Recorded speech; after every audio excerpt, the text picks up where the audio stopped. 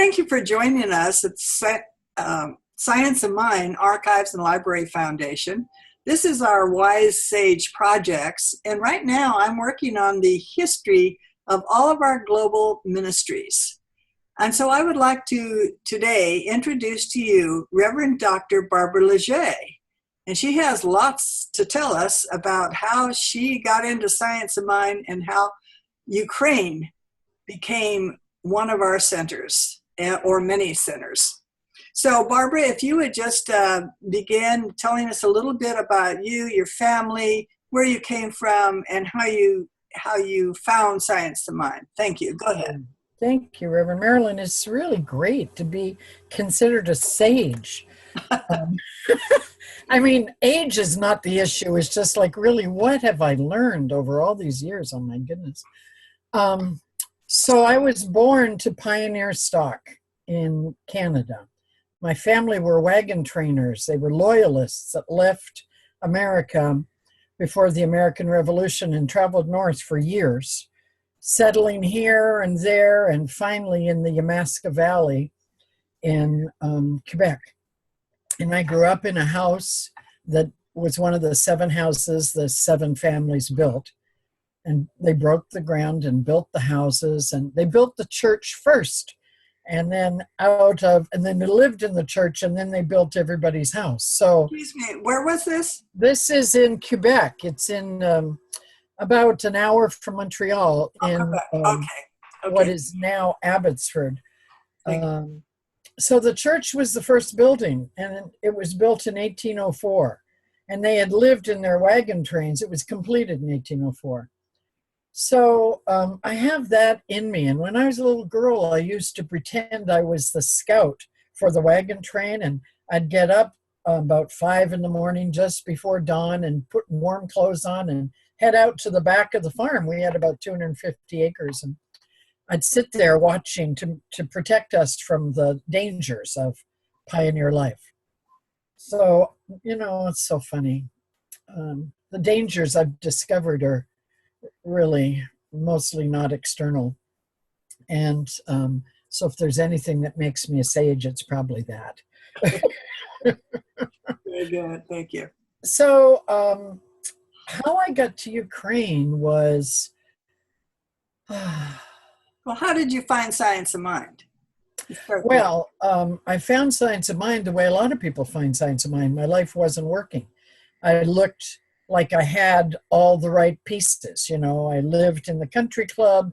I had a Buick Park Avenue. I owned my own business. I, was actively involved in the community on several boards, involved in international business and trade. And I was miserable. I was sad. And I was, I was not connected to my purpose. I loved all that I was doing, but there was something so yearning in me, and I didn't know what that was.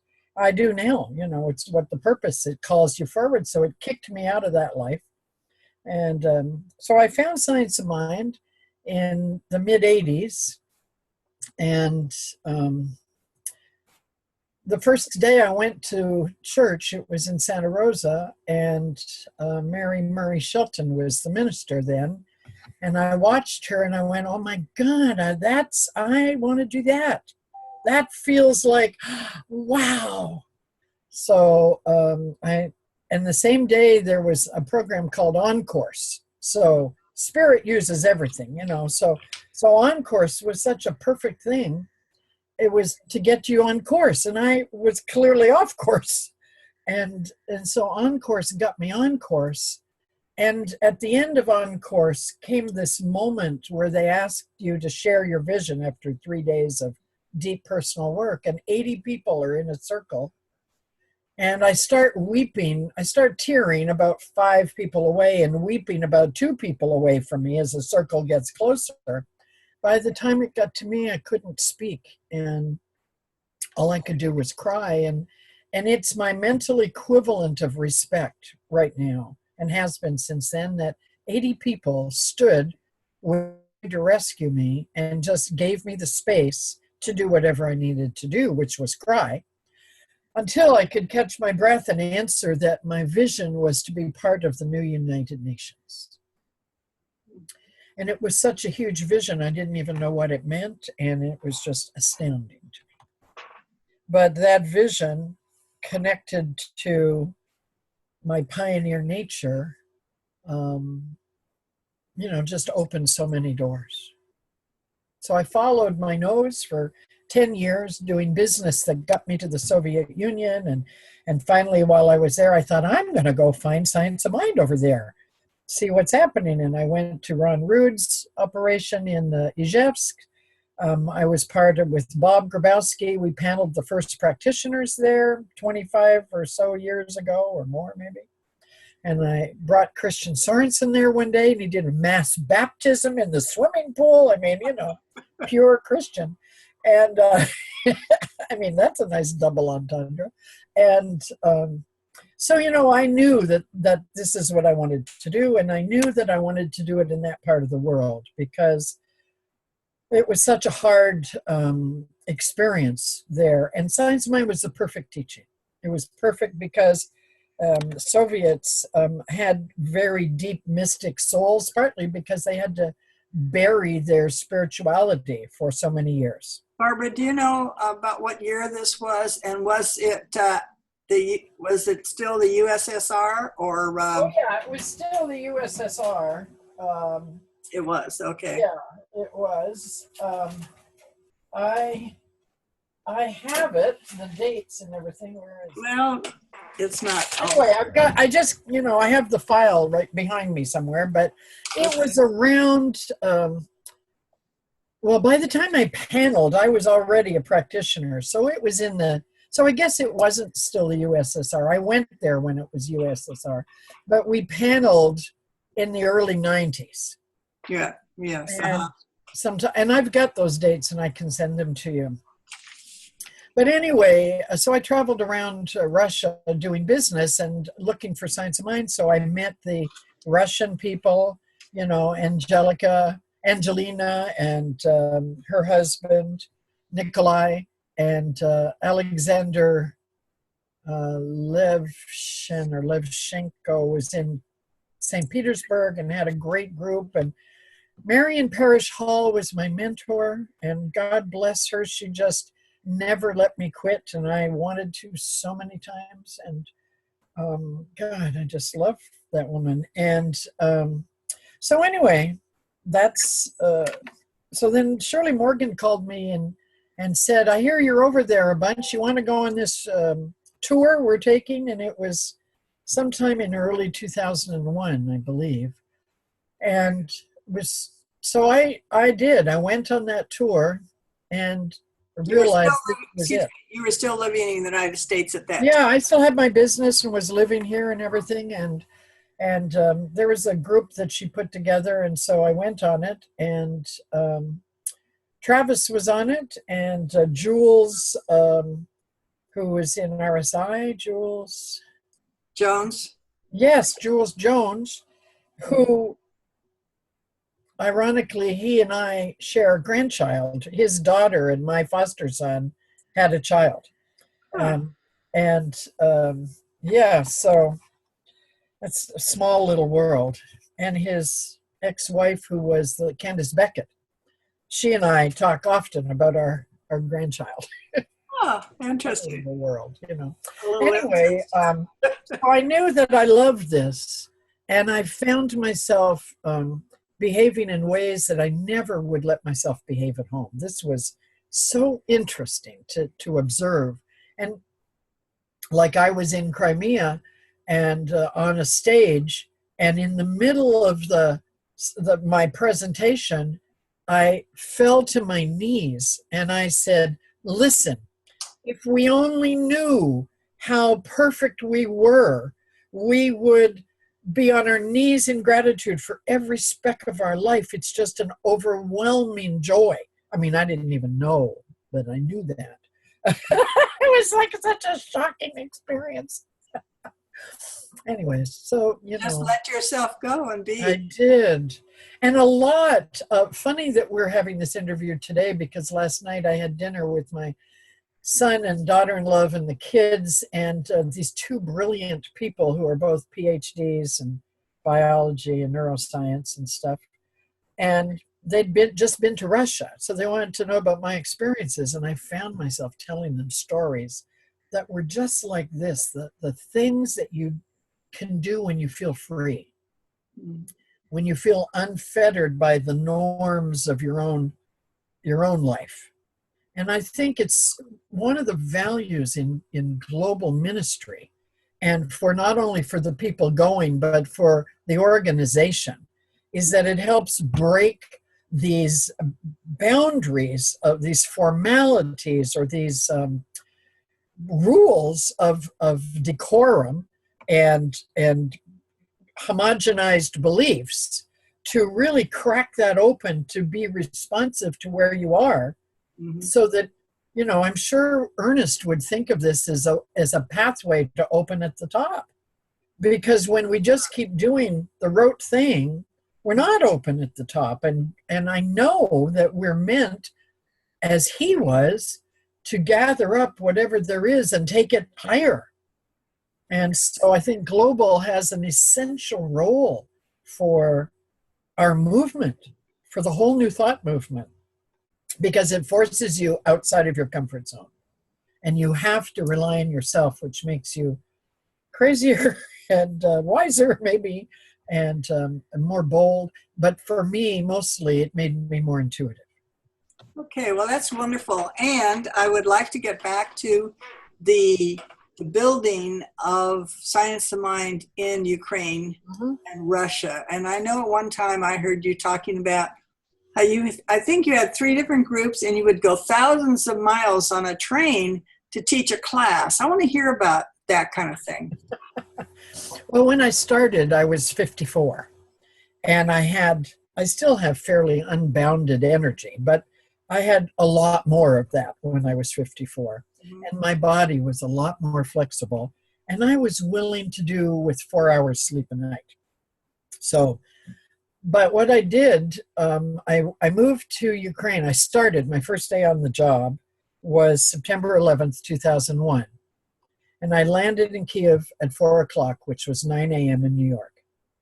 So that momentous day told me that I was where I needed to be.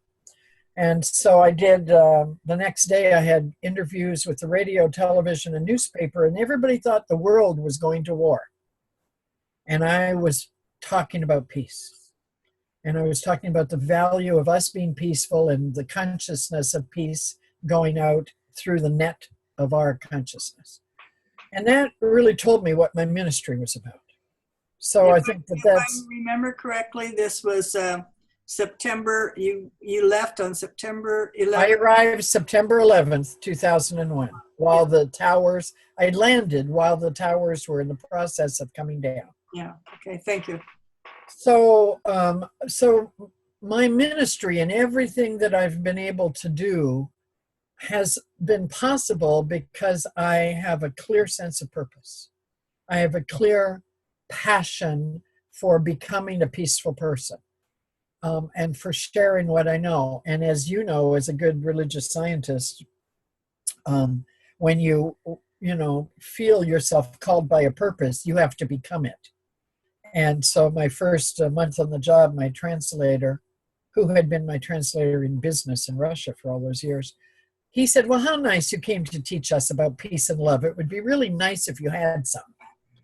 And, that was the beginning of my education. And when we signed our charter documents, after I'd been there a month, there was a letter from the people who had attended my classes 3 months before when I was testing the waters.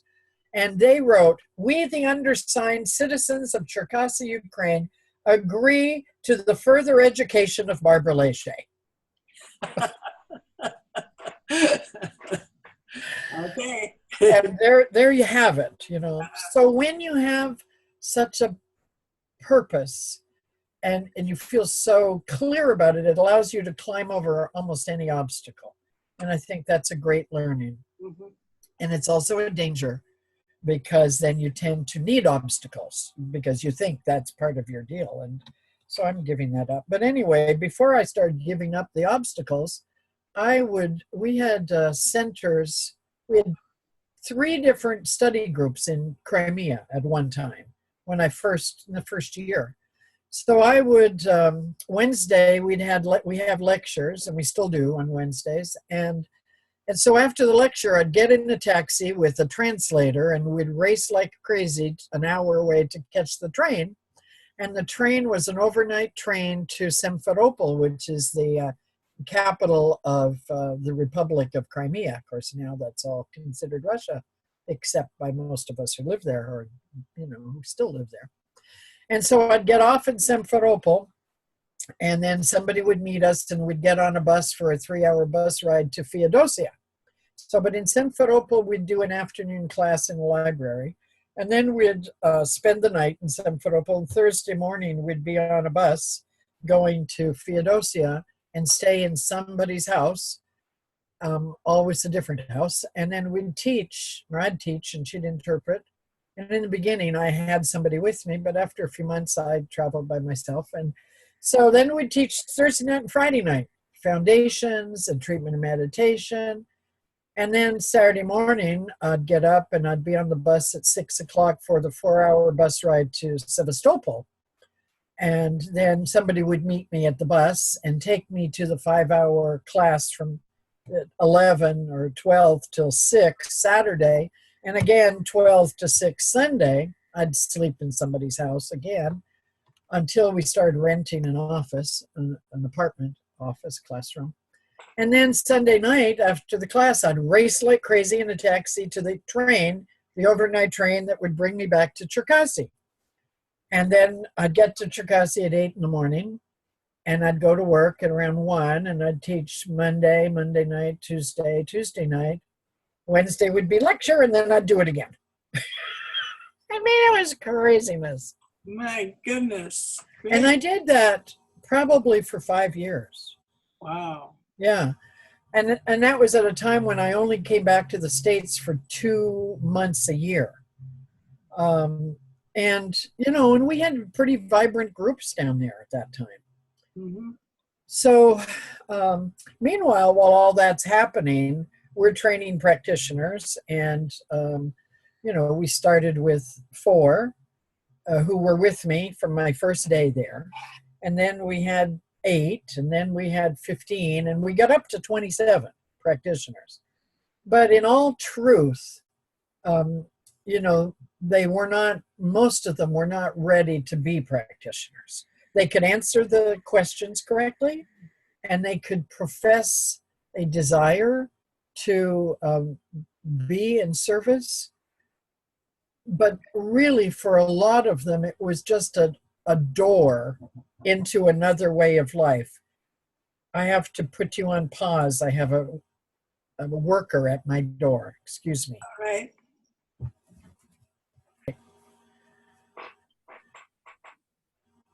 Go ahead. So when I realized that the practitioners were simply grateful to have a door open to them, to consider life differently than they had before, some of them really had the ability to be practitioners, and some of them just wanted relief in their life, and they were good students. Mm-hmm. And I spent way too long trying to have them be practitioners. And finally, and also because our staff said, "Oh, but everybody's so nice, and they're trying so hard, and they're really making progress." And so it was a very hard process. But finally, I got down to 15 one fall, and now we're probably we have 2 or 3 practitioners we need to help make a choice in step in and up or backing out. Mm-hmm. And, but so I think we have about 9 really good practitioners right now, and 3 great practitioners going to panel this fall. So that's exciting. During the time I was going to Crimea, one of our first practitioners, who was a really great teacher, started another group in a city called Bela Tsirkev, which is White Church, and it's near Kiev. And she was a great teacher, and she brought in a lot of students. Um, but unfortunately, she did not believe all of the tenets of our teaching, and wasn't able to teach what she didn't believe. And I spent 2 years, really, I'm way more patient than I ever ought to be. And the staff begged me not to let her go because she was like a cash cow for us. I mean, oh my gosh, she was teaching so many people. But I had to point out that she got 80% of the revenue, and we didn't really get that much for all the work and grief that was coming. And I loved her, and it was hard to do that. So there's been some very tough choices. And culturally, we make decisions in America very different than people in Ukraine make decisions. And because we have a different culture and a different bias and a different mindset. And so I discovered that I had allowed a codependence almost, like I would allow much more than was wise. And it was because I saw the possibilities. I saw what they could do, and I saw how much people needed it, and if only, and oh my God, when you discover the joy of conscious giving, your lives will change, please. So I spent, I didn't waste a minute. It wasn't wasted, but it was hard time going through those filtering processes. And again, I think about what Ernest Holmes would say about if I were here longer, I'd love more. I'd pay more attention to love. And I'd say, okay, I'm going to just love them more now, or he'd say, open at the top. And I'd say, all right, where can I meet them where they are? And so there's a lot of learning when an American or a North American goes anywhere in the world, because we forget, we're so myopic, we forget that there's a different culture there, that it's harder when the skin is the same color and, and the clothes are kind of the same. It's easy to forget that we're very different. Mm-hmm. So anyway, it's been an incredible learning. Yeah. So where are you now? And the centers in Ukraine and Crimea and Russia, what is the standing now? Yeah. Well, those are three separate but connected questions. So where we are now, we own our own building in Cherkasy. It's a small building, but it's got an office, a classroom, which kind of doubles as an office during non-class times, and a big closet and storeroom and kitchen and a bathroom and 3 big windows. It's really great. And you teach classes? And we teach classes there, and every night there's something. And we do lots of celebrations, and we do world peace meditation. We do solstice and equinox. We do, a celebration of light sometimes on New Year's Eve. Mm-hmm. We do all their traditions, and we have monthly potlucks and things like that. Now, a lot of this is via Skype or Zoom. No, well, there's a group that meets in our classroom. There's like a core group. The war. You're talking about Ukraine. Yeah, right. In Ukraine, yeah. Before the war broke out, which 3 plus a couple months ago, we would have 8 to 12 students in every class. When the war broke out, it practically stopped.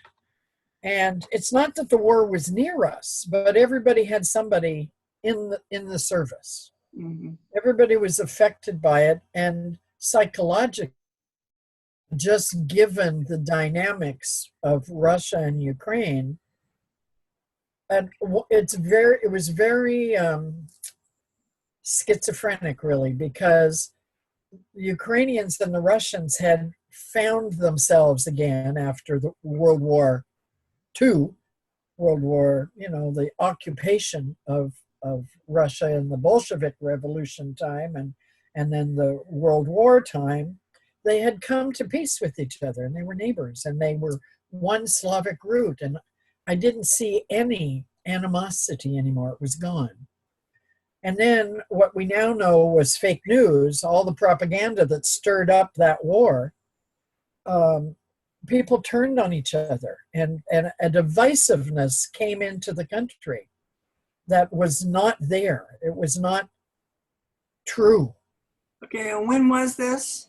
This was 3 years ago. I mean, the students marched in February 2015, or maybe it was 2014. It might have been 4 years ago now. And they ousted the president, who was a Russian representative, and it was a peaceful, huge civil action which turned violent. And so what happened is that triggered the psyche of the people in Ukraine to experiences in the past of being occupied and being controlled. So everybody kind of emotionally shut down.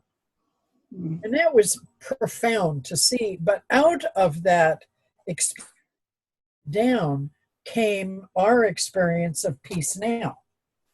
So, where we are now is we have a program called Peace Now, which is the result of our communicating and learning with our community how to be in peace in the middle of a war.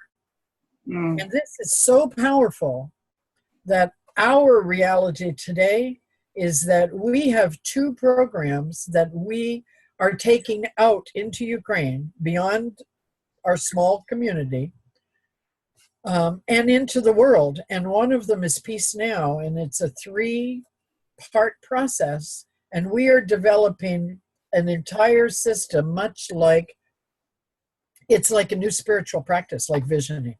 It has the same kind of depth. Programs and products to teach peace now and share it in the world.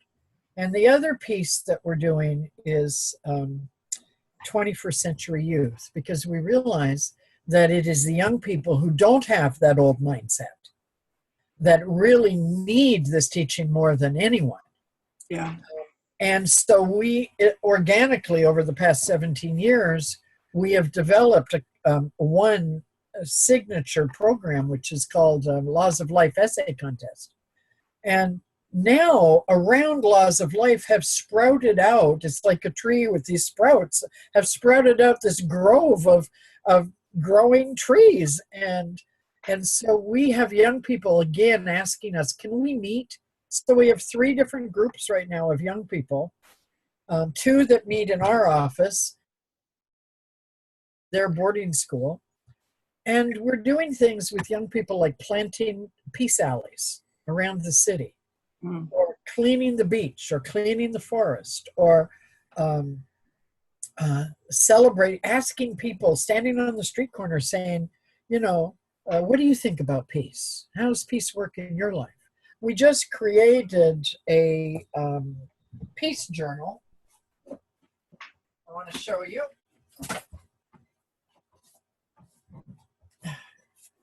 Thanks to support from Heverland Foundation. Wonderful. And this journal is bilingual, 190 pages, 167 pages of the wisdom of young people in Ukraine. And they are so wise that their wisdom and the need that they have for support has called us into developing 21st century youth. And these 2 programs are so exciting, and they're like taking Science of Mind to the people where they need it in a language that they can use it. These young people, they do not want to learn about spiritual mind treatment. They don't want to learn about prayer. They're not about religion at all. But what they want to honor is the divinity in all things. They want to honor the sacred. And so Science of Mind is perfect for that. We just don't use the lingo. And we haven't been able to for a long time. We're considered a cult there, and we have actually been sued for being a church and won 3 times in court, which is not a fun thing to get sued by one of those big government organizations. Tell me briefly about Crimea. I understand it was closed, our center there was closed down, but you have another practitioner in there? Right. We were unable to go to Crimea as we had been going, but we had 4 practitioners trained there, 2 of whom have sustained their relationship with us, and we support them in all ways that we can. Galina Skripnik in Sevastopol and Galina Dashko in Feodosia, they're both in the cities that we started in together, 16 years ago. And they each do outreach. They do workshops and trainings. We just created a book with Karen Lindsley. She, out of a meeting that we had about the need for Alcoholism. 12-step consciousness in this land of addiction. We have combined the New Thought theory and the 12-step process into a book, and it's finally just this week come off the publisher. Wonderful. And it's truly wonderful because it's meeting people where they are with the teaching that we have. And this is our future. We see our future as we will teach Science of Mind class to anybody. But our active, real focus is to take the teaching and package it in a way for markets that need it. And so we're identifying, like a young man was in our club this week. We meet on Tuesdays, the second and third Tuesday, fourth Tuesday of the month.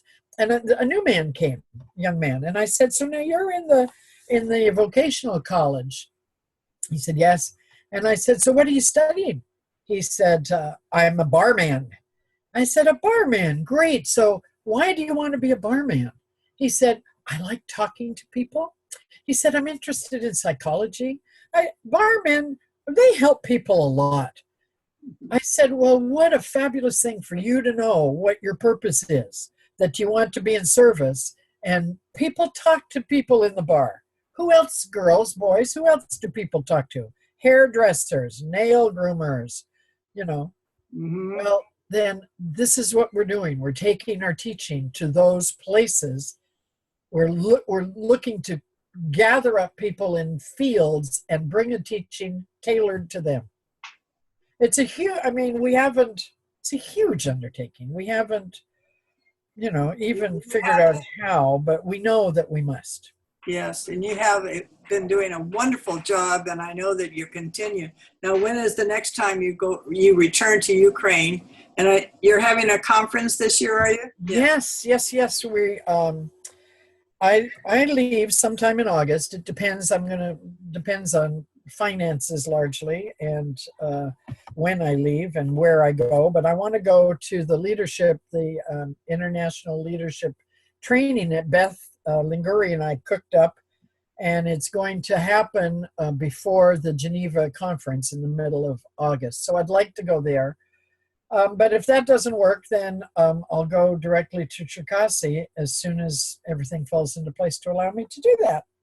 And our conference this year is the most unique. We're starting a new model, and it's 4 different modular elements.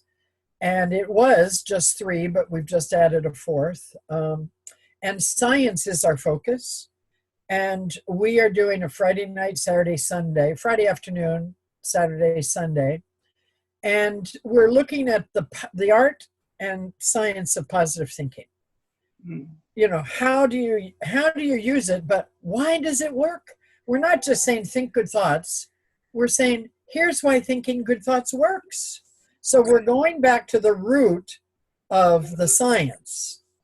And we're looking for ways to do that in modern scientific context.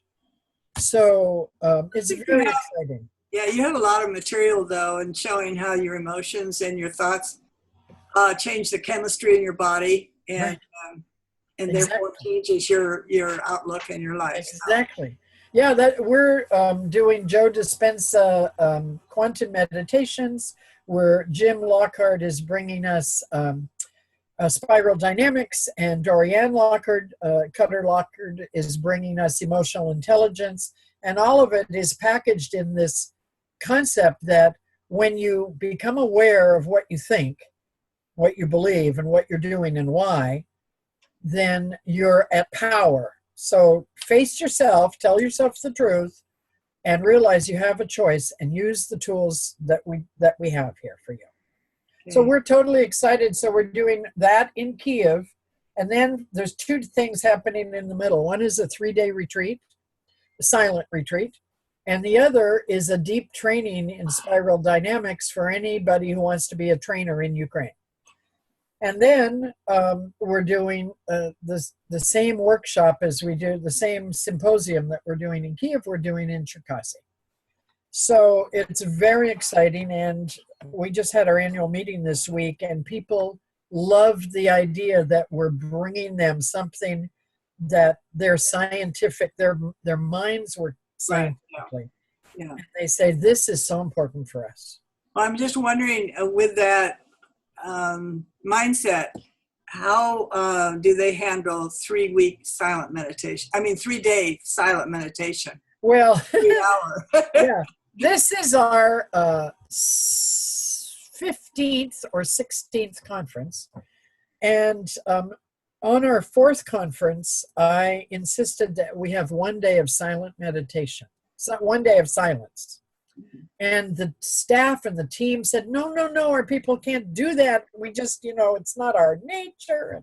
Yeah. I said, I know, but we're going to do it. You're just trust me. Nobody trusted me really until now, actually. The first time I've heard that we trust you is now, just in the past year. Wow. Yeah. Some of the most exciting things that have ever happened have happened in the past year. But so we did this day of silence, and it transformed the whole environment. Here's the whole conference site, and people are namasteing to each other all day long. Their hearts are opening. People are walking around weeping. I mean, it was so fantastic. So, and we have a practitioner who attends as a staff person now 10-day Vipassana meditations. So she's very skilled, and she's going to lead this. And your instincts are right, and you're in your perfect right place. We know that for sure. Thank you. The current crux of where we are, our theme for last year was take it higher. So we gave up stress and worry and fear about how do we get people into the chairs, and how do we get them to give, and how do I find money? I mean, I spend way too much time fundraising. And anyway, we made a vow last April to give up stress and worry, and to focus only on what's the highest consciousness we can bring to this experience and this experience. That has transformed our relationships. And out of that became 21st Century Youth and Peace Now as the delivery vehicle for this teaching. I mean, it's just so powerful. And now the theme for this year is correct order. What is the correct order for each of us? What is the correct role? Who am I really supposed to be? What is really calling me? Do you recognize you have a call? And what is the correct order? Does it work to be jealous? Does that feel good in your body? Or is the correct order to forgive? So from the biggest macro structural organization to the littlest daily response, correct order is our guide. That's so great. The correct order is, my last day as the center director in Cherkasy is June 30th. And I am training my office manager to be the leader of the collective that is guiding us. And we are hiring a wonderful man who was my consultant there. He's Ukrainian, to be the guide and the consultant to the collective as they move forward, so that I am free to take these programs and do with them what is needed to take them out into the world. And I can't tell you how freeing that is, to give up the mother nature that says, my babies aren't ready yet. Yeah. I can't push them out of the nest. They won't fly. And now they're going to do whatever they're going to do. And we're not going to stop supporting it financially until they're able to stand. But this year, for example, we had 17% of our revenue coming from Ukraine, and that's the highest it's ever been. Right. And we just know it's going to continue in that thing. Yeah. So things are changing, Marilyn. It's so powerful and so exciting. And this is what got it. The Temenos. This is a turning point year for Temenos. And our vision. I just want to say this, and I'll be quiet. Our vision statement is Temenos is a prosperous center, cultivating peace, purpose, and possibility. Our mission is to use all moments for good, and our purpose is awakening. Thank you so much, Barbara, for taking the time to share with us what's going on in your part of the world. We really, truly appreciate it. I'm so thrilled to be able to share this with you. Okay. Thank you so much. Thank you. When my conversation and interview with Reverend Dr. Barbara Leger was complete, she contacted me again and asked me to share with you the vision of Temenos. Temenos is the name of the organization in Ukraine. And I quote, Temenos is a prosperous center cultivating peace, purpose, and possibility. We're fully supported by a leadership dream team, sustained by loving and generous sustaining friends whose monthly contributions, special gifts, grants, and in-kind donations enable us to be a vibrant and powerful contributor to youth empowerment in our 21st century youth program and our global service project, Peace Now, in ourselves, our beloveds, and our entire planet. Thank you, Barbara, for your leadership.